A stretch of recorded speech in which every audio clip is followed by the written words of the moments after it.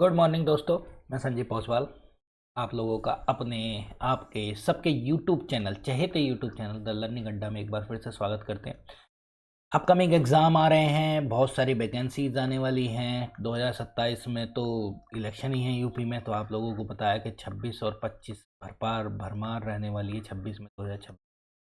तो इसीलिए कोशिश यही है कि जब तक आप लोगों को पूरी तरीके से तैयार कर दें और करंट अफेयर से लेकर स्टैटिक जीके तक सारी चीज़ें हम आप लोगों को कवर कराएंगे अच्छे से यहीं पर ही। ठीक है, ये पूरी तरीके से फ्री है और आप लोगों को पता है कि निशुल्क है और आप लोगों को पढ़ना चाहिए, ज़रूर पढ़ना चाहिए। ठीक है, जितना हो सकता है उतना निशुल्क कंटेंट आपको देते रहेंगे हम। ठीक है, चलिए, हमारी जो लर्निंग अड्डा की क्लास है वो मेरे द्वारा पढ़ाई जा रही है। आप लोग मुझे अच्छी तरीके से जानते ही हैं। ठीक है, और बस इतना कर दीजिए कि आप मुझे मोटिवेट कीजिए काय से, लाइक से। लाइक हो गया, सब्सक्राइब हो गया, शेयर हो गया, ये सब काम कर दीजिए। लोगों तक पहुंचाइए, लोगों तक बताइए कि ये सब चीज़ें जो है बहुत अच्छे से पढ़ाई जा रही हैं और आप लोगों के लिए बहुत ही आवश्यक हैं। नए करंट अफेयर्स लाता हूँ, बिल्कुल डिफरेंट क्वेश्चंस होते हैं। वो डिफरेंट क्वेश्चन वो होते हैं जो एग्ज़ाम में आने वाले हैं। एक भी क्वेश्चन ऐसा नहीं है कि जो एग्ज़ाम के लिए इम्पोर्टेंट नहीं हो। ठीक है, फालतू की चीज़ें नहीं पढ़ाता हूँ मैं कि सबसे बड़ा मगरमच्छ कहाँ मिल गया। ठीक है, ठीक है, मगरमच्छ पढ़ाऊंगा, लेकिन मगरमच्छ की प्रजाति का कोई नहीं खोजी गई होगी तो पढ़ाऊंगा। लेकिन ये नहीं बताऊंगा कि सबसे बड़ा कहाँ मिला या सबसे बड़ा जो है अंडे देने वाला सांप कहाँ है। इस तरीके की बातें हम नहीं पढ़ाते जो कि किसी तरीके से रेलिवेंस नहीं है। हम रेलिवेंट चीज़ों पर बात करते हैं। ठीक है, चलिए हम आगे चलते हैं अपने नेक्स्ट क्वेश्चन के साथ। क्वेश्चन क्या है, हमारी मोटिवेशनल थीम है और हमारा पुरानी कहानी मॉर्निंग टी विद मी। तो आप लोग भी कॉफ़ी टी कुछ भी ले सकते हैं। मॉर्निंग टी विद मी के साथ आइए और चलते हैं ज्ञान के सागर में बहने। ठीक है, ये हमारा लर्निंग अड्डा की थॉट है। अगर ख्वाहिश कुछ अलग करने की है तो दिल और दिमाग के बीच में बगावत लाजमी है। ये बड़ा ही कन्फ्यूज़न रहता है भाई लोगों को। क्या कन्फ्यूज़न रहता है कि दिल कहता है ये मत करो और दिल कहता है, दिमाग कहता है ये मत करो। ठीक है, इन दोनों के बीच में बड़ा द्वंद्व बना रहता है, द्वंद्व। और द्वंद्व को ही निकालना है हमें, द्वंद्व को ही निकालना है। ठीक है, जिसने दिल और दिमाग एक कर लिया ना, जिसके दिल भी यही बात कह रहा है और दिमाग भी वही कह रहा है ना, तो वो कुछ ना कुछ नई क्रांति लिखते हैं। नई क्रांति नई चीज़ें लेके आते हैं। ठीक है, मैं आप लोग पहले ही बताता हूँ कि ख्वाहिशें छोटी होनी चाहिए, ख्वाब बड़े होने चाहिए। तो जिस लोगों ने ख्वाहिशें छोटी छोटी रखी ना और अपने दिमाग और दिल को एक साथ संतुलित किया, क्योंकि देखो दिल तो है, दिल क्या कहते हैं, मन मन मन जो हो, मन का स्वभाव होता है चंचल, चंचल। और चंचल को दिमाग से पकड़ पाना बड़ा मुश्किल होता है और वही हम लोगों को रखना होता है। जैसे उदाहरण के तौर पर कोई डायबिटिक पेशेंट है, उसके सामने रसगुल्ले आ जाएं तो वो क्या सोचता है, बोले चलो यार एक दवाई ज़्यादा खा लूँगा, रसगुल्ला खा लेता हूँ। तो रसगुल्ला उसके मन ने उसको ललचाया, लेकिन दिमाग मना कर रहा था, कह रहा था बोला ना मत खाना। अगर ये दोनों संतुलित होते, दिमाग भी साथ में हो, दिल भी साथ में हो, तो वो क्यों रसगुल्ला खाएगा। ठीक है, दोनों चीज़ों को लेकर चले। तो जिसने ये बैलेंस किया है उसके लिए बहुत ही अच्छी चीज़ है। तो याद रखना, दिल और दिमाग को, जो दिल कह रहा है उसको दिमाग की कसौटी पे खरा उतार कर, उसकी कसौटी पे उसको कस के, फिर उसके बाद आगे चलिए। गारंटेड गारंटेड कुछ ना कुछ ऐसा डिफरेंट करके दिखाएंगे जो, चाहे वो एग्ज़ाम से रिलेटेड हो या अदर हो, जो किसी ने कभी ना सुना होगा, ना सोचा होगा, ना देखा होगा। ठीक है, चलिए नेक्स्ट क्वेश्चन पे चलते। बहुत इंपॉर्टेंट क्वेश्चन है ये। आप लोगों को पता ही है कि भारत में शतरंज हो रहा है, शतरंज वर्ल्ड कप हो रहा है। 31 अक्टूबर से शुरू हो गया ये, 31 अक्टूबर से शुरू होगा, नवंबर तक चलेगा, 27 नवंबर तक चलेगा। एक महीना रहेगा, नॉकआउट सीरीज रहेगी। क्या रहेगी? नॉकआउट। ठीक है, नॉकआउट सीरीज रहेगी, ये याद रखना इसको। ठीक है, ये हो रहा है गोवा में। कहाँ हो रहा है? गोवा में। तो गोवा में इसका अनावरण किया गया। किसका अनावरण किया गया? इसके लोगों का और इसके गाने का, सॉन्ग का अनावरण किया गया है। ठीक है, दिलेर मेहंदी ने इसका जो है गाना गाया है। ठीक, अब हम इसके बारे में थोड़ी सी बातें करते हैं, एआई की गहराई की तरफ चलते हैं। है क्या क्या एआई में, एआई ढूंढते हैं क्या। देखो अनावरण में तो ये इसका लोगो है। ये सारी की सारी तीन चीज़ें हैं। एक हरे रंग का है, ठीक है, हरा पैनल ताड़ का पेड़ दिखा रहा है, गोवा संस्कृति को दिखा रहा है, गोवा संस्कृति को। दूसरा है शतरंज का प्रतीक दिखा रहा है, ये लाल वाला। ठीक है, पीला पैनल है, ये सूर्य निकलता हुआ दिखाया है। इसका मतलब ये है कि स्टाइलिश सन कह सकते हैं इसको, और इससे ये है कि ऊर्जावान, गोवा ऊर्जावान है। तो उससे सारी की सारी चीज़ें गोवा से रिलेटेड है, तो जाहिर सी बात है गोवा ने ही इसको करा होगा। तो गोवा के सीएम प्रमोद सावंत ने, गोवा के सीएम प्रमोद सावंत जी ने इसको जो है किया है अनावरण, गोवा के सीएम द्वारा अनावरण किया गया। ठीक है, क्लियर हो गई बात। एक गाना है जिसका नाम है it's your move, it's your move, it's your move. ये जो गाना है, ये गाना दिलेर मेहंदी ने गाया है। ये इसका मेहंदी, ये इसका क्या है, सॉन्ग है। ठीक, चलिए अब आते हैं एआई की गहराई में चलते हैं। फिडे है क्या, फिडे, FIDE,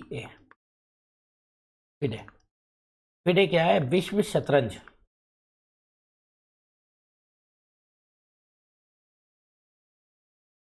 या ऐसे अंतर्राष्ट्रीय शतरंज फेडरेशन कह सकते हैं। चलो इसको हम मिठाई दें, ठीक है, ऐसे समझो, इंटरनेशनल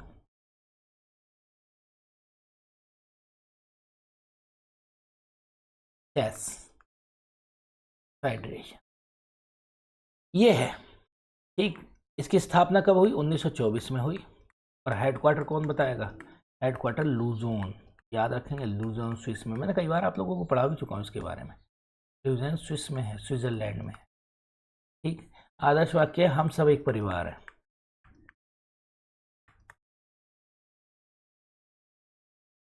हम सब एक परिवार है। बात आ रही समझ में। ये पूरा का पूरा जो है क्या कहते हैं, किसके द्वारा, इनके द्वारा शतरंज चैंपियनशिप कराई जाती है। और इस बार भारत को मौका मिला है और भारत इसको बखूबी अंजाम दे रहा है। और 31 अक्टूबर से लेकर 27 नवंबर, लगभग एक महीने करीब ये चलेगी। चलिए आगे चलते हैं हम नेक्स्ट क्वेश्चन पे। नेक्स्ट क्वेश्चन है NHAI, national highway authority of India, नहाई कह देते हैं जिसको। इसने एक मॉनिटरिंग किया है, मॉनिटरिंग हाईवे शुरू किया है। इसका नाम है 3D टेक्नोलॉजी और AI आधारित निगरानी। मतलब AI तो साहब हर जगह है, मैंने बताया ना, भविष्य ही AI का है। तो AI को आप भूल कह सकते हो, और AI को तो मैं तो अच्छी तरीके से याद रखता हूँ। ठीक है, मैं हर बार बोलता हूँ AI की गहराई में गोता लगाने चल रहे हैं। जिसने AI की गहराई को समझ लिया तो समझ लीजिए उसका बेड़ा पार है। AI का क्या है आप लोगों को पता ही है। AI मानव सभ्यता के विकास और विनाश दोनों का कारण है। ठीक है, कैसे है किसी दिन और बताएंगे, किसी दिन AI पे कुछ अच्छे से टॉपिक मिलेंगे तब आप लोगों को इसके बारे में बताएंगे AI है क्या। एक बार और मैंने बताने की कोशिश की थी और आप लोगों को AI समझाया भी था। तो 3D सर्वेक्षण और AI आधारित निगरानी, 3D सर्वे, AI बेस्ड मॉनिटरिंग करने की बात की गई है। क्यों करने की बात की गई, पहले तो मैं दिखा दूं है क्या ये। इन्होंने ये देखो ये लगाए, ये कैमरे लगाए, ये लगाए कैमरे, ये जो है इन वाहनों पर कैमरे लगाए। और ये इस तरीके से पूरी रोड की मैपिंग करेंगे। क्या करेंगे, मैपिंग करेंगे, सड़क की मैपिंग करेंगे। और सड़क पे देखेंगे कहाँ गड्ढे हैं, कहाँ चीज़ें हैं, कहाँ ख़राब है, कहाँ से इसको सुधार कर सकते हैं। तो उसमें अपना AI काम करेगा, आर्टिफिशियल इंटेलिजेंस काम करेगा और वो आप लोगों को बताएगा कि करना क्या है। ठीक है, तो किसके लिए किया गया है, तो इन्होंने जो 3D मॉनिटरिंग कराई गई है AI से, जो शुरू करी है नई, सड़क सुरक्षा और रख रखाव के लिए।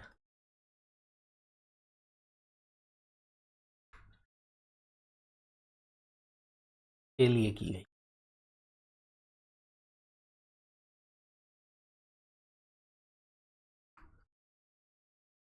सड़क सुरक्षा और रख रखाव के लिए ये 23 राज्यों में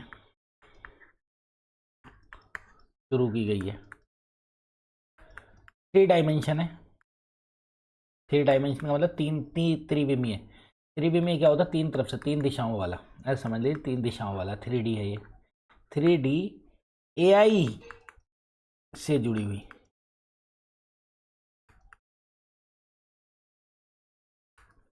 ठीक है, क्या क्या है, गड्ढे, खराब सड़क और फुटपाथ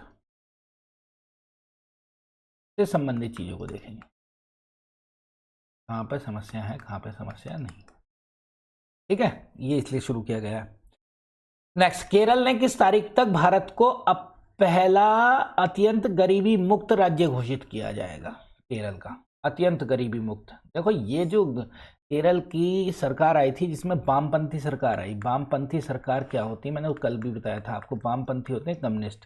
केरल में वामपंथी सरकार आई और वामपंथी सरकार ने घोषणा की कि हम जो है केरल को अत्यंत गरीबी मुक्त बनाएंगे और उसके लिए योजनाएं चलानी शुरू करेंगे और 1 नवंबर 2025 को पूर्णतः ये मुक्त हो जाएगा अत्यंत गरीबी।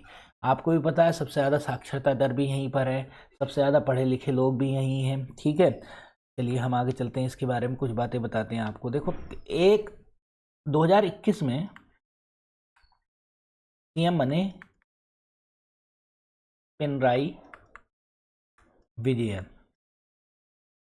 इन्होंने क्या करा, सीएम बने, इन्होंने जभी से देखा कि हम इसको जो है पूरी तरीके से मुक्त करेंगे, क्या करेंगे, गरीबी उन्मूलन करेंगे, तो गरीबी उन्मूलन के लिए कार्यक्रम शुरू करें।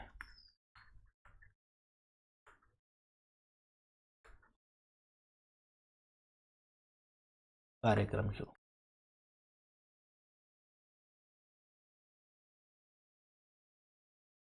ठीक, जिसकी सफलता आज मिली है। ठीक है, जिसकी सफलता आज मिली है, और सफलता क्या मिली है कि 1 नवंबर 2025 को केरल पूर्णतः अत्यंत गरीबी से मुक्त हो।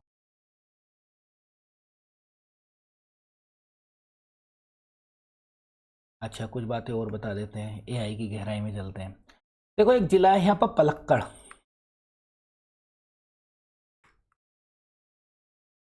पलक्कड़, को हाफ करना है, इसको फुल करना। पलक्कड़, पलक्कड़ भारत का पूर्ण साक्षर जिला।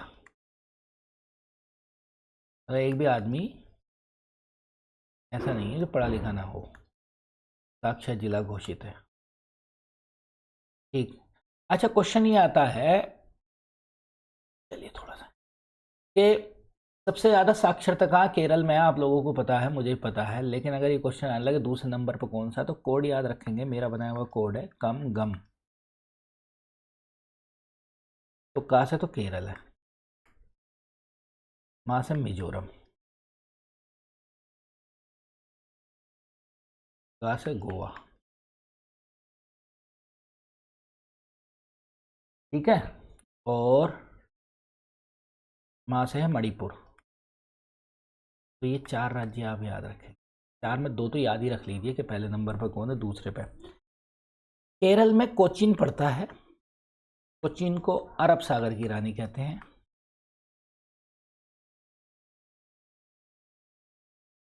अच्छा, एक बात, दूसरी बात पे आ जाओ साहब, दूसरी क्या है, यह इलायची की पहाड़ी है।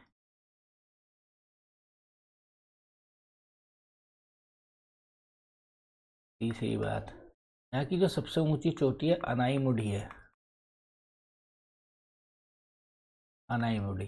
भारत, दक्षिण भारत की कह लो, भारत की तो नहीं, दक्षिण भारत की सबसे ऊंची चोटी।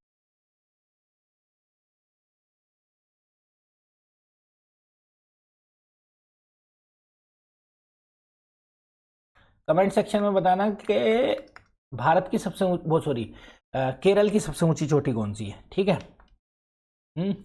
मैं बता ही चुका हूँ वैसे भी, फिर भी बताना आप लोग, देखते हैं कितना कॉमन सेंस लगाते हैं।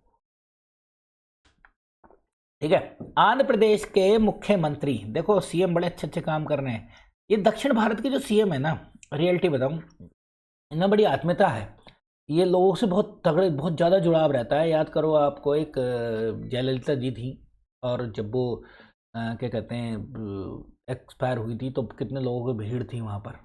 ठीक है, उनको पूजा जाता था। तो ये लोग बड़ा काम करते हैं। और आंध्र प्रदेश के सीएम साहब पहुंचे हैं कहाँ, यूएई, यूएई पहुंचे, और यूएई पहुंचने के बाद सीएम ने दौरा किया है, किसके लिए, हरित ऊर्जा के लिए। हरित ऊर्जा, सोचिए आप, हरित ऊर्जा के विकास के लिए, और वहाँ के निवेशकों को बुलाने के लिए। कहाँ के निवेशकों को, तो कहाँ का दौरा करा है, यूएई का दौरा करा है, यूएई का दौरा करा। किस लिए कह रहा है? हरित ऊर्जा। हरित ऊर्जा कौन सी होती है? पवन ऊर्जा और सौर ऊर्जा दोनों के लिए गया है। सौर ऊर्जा में निवेश के लिए।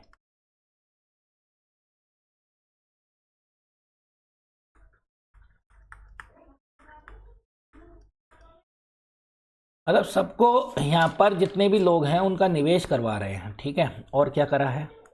अमरावती, इसकी राजधानी आज की डेट में अमरावती, और एक है विशाखापत्तनम। विशाखापत्तनम क्या है भाई? यहाँ का बहुत बड़ा बंदरगाह है। अमरावती और विशाखापत्तनम में स्मार्ट सिटी और बुनियादी ढांचा में निवेश के लिए भी चले गए वहाँ। बोले निवेशकों से कहा यहाँ पर आओ साहब, हमारे यहाँ निवेश करो। निवेश को प्रोत्साहन दिया है। और अमरावती पुस्तकालय को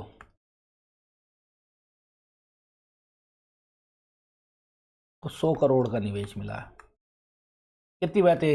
मतलब ये लगा लीजिए कि एक सीएम के लिए बहुत बड़ी बात है दूसरे देश में जाके ये सब काम करना, ठीक है। चलिए एआई की गहराई से बाहर चलते हैं, हम आगे चलते हैं हम, ठीक है। यहाँ पे थोड़ी जगह कम है, नहीं तो मैं चलो यहीं लिखवा देता हूँ। ये बात याद रखेंगे, आंध्र प्रदेश 2 जून 2014 को आंध्र प्रदेश से तेलंगाना अलग हुआ। अब आंध्र प्रदेश की कैपिटल हो गई है अमरावती और तेलंगाना की हो गई है हैदराबाद। 2 फैक्ट और बता देते हैं। फैक्ट नंबर 1, हैदराबाद मूसी नदी के किनारे है। मूसी नदी के किनारे।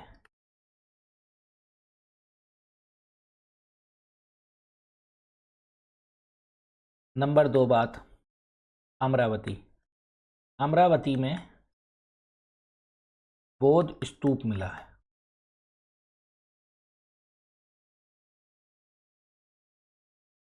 ठीक है, चलिए हम आगे चलते हैं, नेक्स्ट पे चलते हैं। सऊदी अरब द्वारा काफला प्रणाली बड़ी खतरनाक है साहब। काफला प्रणाली कुछ नहीं थी, यहां से विदेशी श्रमिक जो बेचारे वहां जाते थे उनके लिए बड़ी खतरनाक थी। और वो धीरे धीरे बहुत दिन से इसका विरोध चल रहा था। यूपी के लोगों को भी समस्या थी, भारत के लोगों को भी समस्या थी जो वहां पर जाते थे। आज वो समाप्त कर दी गई है। समाप्त में क्या है? प्रवासी श्रमिक अपनी नियोक्ता से अनुमति के बिना नौकरी बदल सकेंगे। पहले क्या था? नौकरी नहीं बदलेंगे, जिस काम के लिए लेकर गए उसी काम के लिए लेकर जाएंगे। विदेशी श्रमिकों को देश छोड़ने के लिए नियोक्ता की सहमति की आवश्यकता नहीं होगी, जो उनको अपॉइंट करेगा। श्रमिक अब अपना पासपोर्ट जब्त होने से बचा पाएंगे। पहले क्या करते थे? इनका पासपोर्ट छीन लेते थे और इनको क्या कर देते थे? बड़ी वीडियो वायरल हुई थी, आपने देखा, उसका नाम है काफला प्रणाली। और सऊदी अरब पहला देश है जिसने काफला प्रणाली को समाप्त किया है। और भी कंट्री, जितने भी कंट्री हैं गल्फ कंट्रीज, उनसे सबकी यही है कि साहब आप इस काफला प्रणाली को ख़त्म कर दीजिए, जिससे जो है क्या कहते हैं, लोगों को समस्याएं ख़त्म हो जाएं। तो काफला प्रणाली बताऊंगा अभी ये क्या है। आधुनिक दास्ता थी, हैं, मतलब गुलाम हो, गुलाम दिखाई नहीं देते गुलाम बने हुए, ठीक है। कब से हुई थी? गल्फ कंट्रीज में, जीसीसी, देखो गल्फ कोऑपरेशन काउंसिल कंट्रीज, ये जीसीसी कहते हैं जिसको। इसमें 1950 से चालू थी। चलो एआई में चलते हैं, आर्टिफिशियल इंटेलिजेंस में। 1981 में जीसीसी बना। मतलब ऐसा नहीं है कि देश बने, ये देश पहले से ही थे, लेकिन ये जीसीसी बना। ये जो दिखाई दे रहा है ना आपको ग्रीन कलर का, ये सारे के सारे देश जो है जीसीसी हैं। क्यों है? क्योंकि यहाँ इसके 3 तरफ खाड़ी हैं। एक तो खाड़ी है गल्फ ऑफ अदन, दिख रही है, एक गल्फ ऑफ ओमान, और एक क्या है? Persian gulf. ये तो सारे खाड़ी के देश हो गए। अब जब खाड़ी के देश हो गए तो सारे के सारे ये रहे, देखो कुवैत।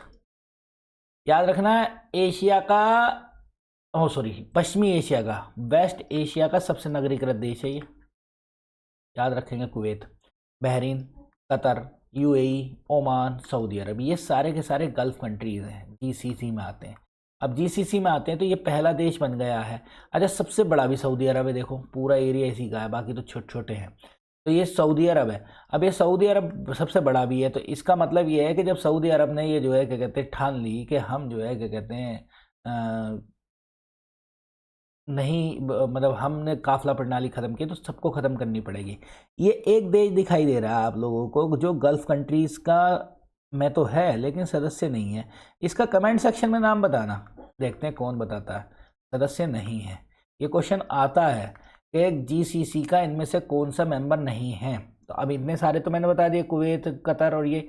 आप इसका बताइए, सदस्य नहीं है, ये अलग से दिखाई दे रहा है वाइट वाइट। बाकी तो सब गल्फ कंट्रीज़ के अंदर है, गल्फ के हैं। देखो ये रही गल्फ, ये रही गल्फ, ये रही गल्फ, ये रही, ये भी राइट सी है, चारों तरफ से पानी से घिरे घिरे हुए हैं। अच्छा, याद रखेंगे गल्फ ऑफ अदन किस में, अरब सागर और रेड सागर के बीच है, लाल सागर के बीच में है। ठीक है, याद रखेंगे ये बात। और यहाँ पर एक जल संधि है, वो भी बताएंगे। मेडिटेरियन सी ये रहा, भूमध्य सागर ये रहा। ठीक है, इन दोनों के बीच में क्या है, सुएज कैनाल है। सुएज कैनाल किस किस के बीच है, लाल सागर और भूमध्य सागर के बीच है। चलिए आगे चलते हैं। कोल इंडिया लिमिटेड, सीआईएल क्या है आप लोगों को पता है, कंपनी है भारत की। मिलकर ऊर्जा सतत के लिए ज्ञापन सौंपा गया। महारत्न कंपनी है। ज्ञापन समझौते पर हस्ताक्षर किया गया सतत ऊर्जा के लिए। सतत ऊर्जा क्या है, कंटिन्यूस चलने वाली ऊर्जा। कंटिन्यूस चलने वाली ऊर्जा क्या है कि हरित ऊर्जा को बढ़ावा देने के लिए। तो आईआईटी मद्रास इस तरीके का काम बहुत करता है। आईआईटी मद्रास बहुत ज़्यादा डेवलप है इस मामले में। ठीक है, वो हर तरीके की चीज़ों को ध्यान में देता है। ठीक है, इसमें क्या करना है हमें, क्या क्या बातें बताई गई हैं, बातें ये बताई गई हैं साहब, ये कहा गया है आईआईटी मद्रास द्वारा। ठीक है, कार्बन के प्रयोग को कम करना।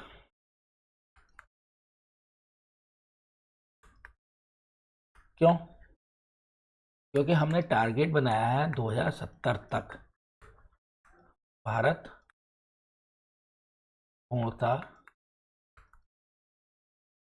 कार्बन फ्री हो।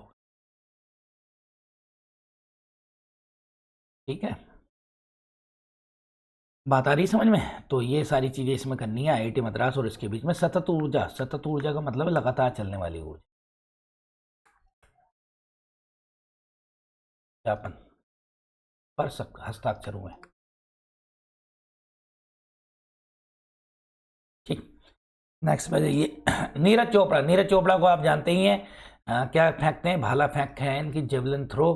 भाला फेंक में इन्होंने हमें जो है क्या कहते हैं गोल्ड मेडल भी जिताया, सिल्वर भी जिताया ओलंपिक में। व्यक्तिगत स्पर्धा में बहुत कम लोगों ने जीते हैं गोल्ड मेडल, और मेरे हिसाब से दो ही हैं, एक अभिनव बिंद्रा है और एक ये हैं जो व्यक्तिगत हैं। बाकी इसके अलावा सिल्वर जीतने वाले और ब्रॉन्ज जीतने वाले हैं। इनको प्रादेशिक सेना, एक टेरिटोरियल आर्मी होती है, टेरिटोरियल आर्मी आर्मी का ही पार्ट होता है, उसमें प्रादेशिक सेना में इनको लेफ्टिनेंट कर्नल का पद दिया गया है। आर्टिकल 18 क्या कहता है, आर्टिकल 18 कहता है उपाधियों का अंत किया गया है। उपाधियों का अंत मतलब कोई किसी को उपाधि नहीं मिलेगी, राय साहब, चेयरमैन साहब। ठीक है, लेकिन ये कहा गया है कि शिक्षा और सेना दे सकती है, शिक्षा व सेना में मानद उपाधि मिल सकती है। तो इससे पहले महेंद्र सिंह धोनी को भी मिली है, सचिन तेंदुलकर को भी मिली है। तो शिक्षा और सेना जो है ये मानद उपाधि दे सकती है, ये आर्टिकल 18 कहता है। ठीक है, ये मूल अधिकार में हमारे 12 से 35 मूल अधिकार है। ठीक है, कहाँ से लिए गए, यूएसए से लिए गए, यूएसए के संविधान से। चलिए आगे चलते हैं हम नेक्स्ट पे। न्यायमूर्ति पृथ्वीराज सिंह किस उच्च न्यायालय के न्यायाधीश हैं जिनने WIPO फुल फॉर्म है वर्ल्ड इंटेलेक्चुअल प्रॉपर्टी ऑर्गेनाइजेशन, ठीक है, का सलाहकार बोर्ड नियुक्त किया गया। सलाहकार बोर्ड में अध्यक्ष नियुक्त किया गया। बहुत गर्व की बात है, दिल्ली हाई कोर्ट की हैं ये, और इनको न्यायमूर्ति पृथ्वीराज सिंह को याद रखना। WIPO है क्या, मैं आप लोगों को बता देता हूँ। WIPO की स्थापना पहले तो याद रखेंगे 1967 में हुई। ठीक, और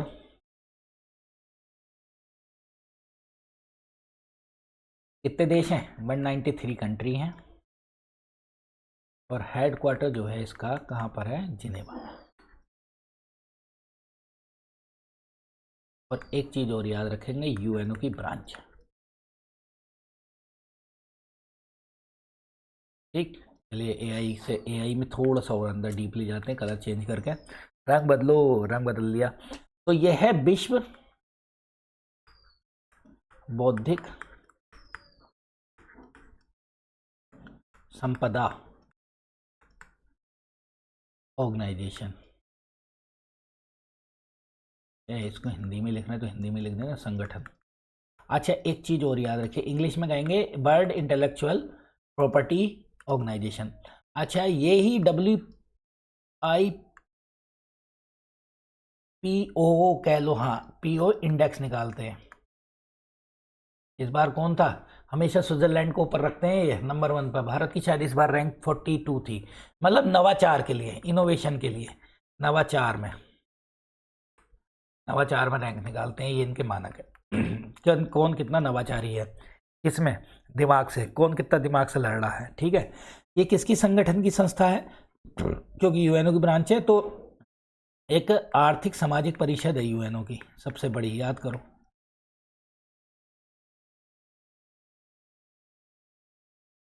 परिषद है, उसकी ब्रांच है ये।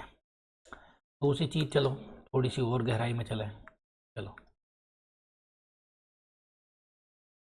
यहाँ आ जाओ। यूएनओ 1942 में स्थापना। ठीक, दूसरी चीज कितनी ब्रांचेज हैं? एक तो है जनरल असेंबली, महासभा। सिक्योरिटी काउंसिल, सुरक्षा परिषद। कितने लोग होते हैं? 15 मेंबर, 15 सदस्य। 5 स्थायी, 10 अस्थायी। ठीक, तीसरी है न्यास परिषद। चौथी है, एक हो गई, 2 हो गई, 3 हो गई, चौथी है इंटरनेशनल कोर्ट। चलो चौथी बाद में पढ़ाएंगे। है ये आर्थिक सामाजिक परिषद।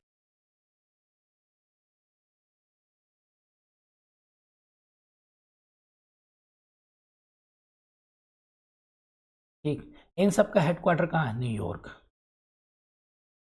सबका कहाँ? न्यूयॉर्क। और आखिरी है अंतर्राष्ट्रीय न्यायालय।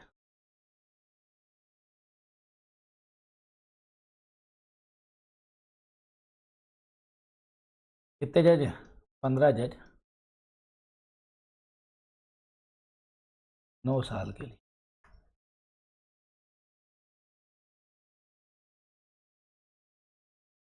चुने जाते हैं। इसका है हेग में। कहाँ पर है? हेग में है। ठीक है, हेग में इसका हेडक्वार्टर है। अंतर्राष्ट्रीय कोर्ट का हेग कहाँ है? नीदरलैंड के सिटी है। ठीक है, भारत में चीनी पटाखों को जो अवैध रूप से तस्करी करके और खतरनाक वाले आए थे, तो उसकी जो खतरनाक पटाखे आए थे, उस अभियान को ख़त्म किया है खुफिया राजस्व निदेशालय द्वारा शुरू किए गए अभियान का नाम है operation fire trail. Fire trail का मतलब समझ रहे होगे, फायर से संबंधित है। तो इसमें क्या था, एक तो अवैध रूप से लाए गए थे ये, क्योंकि इस समय पटाखे चाइनीज़ वालों को प्रतिबंध थे ना, अवैध रूप से लाए गए। दूसरा, सेकंड क्या बात थी भाई? फर्स्ट तो ये हो गई, सेकंड पे आ जाओ। अवैध रूप से लाए गए, सेकंड क्या थी? सेकंड थी ये हानिकारक थे।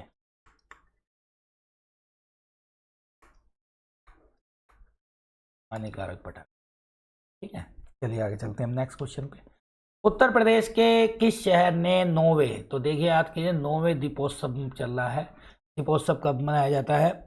जब भगवान श्री राम अयोध्या आए थे, तो उनके उपलक्ष्य में जो है क्या कहते हैं, दिए जलाए गए थे, जिसकी वजह से दिवाली मनाई जाती है, आप लोगों को पता ही है। तो 26 लाख से अधिक दिए जलाए गए हैं।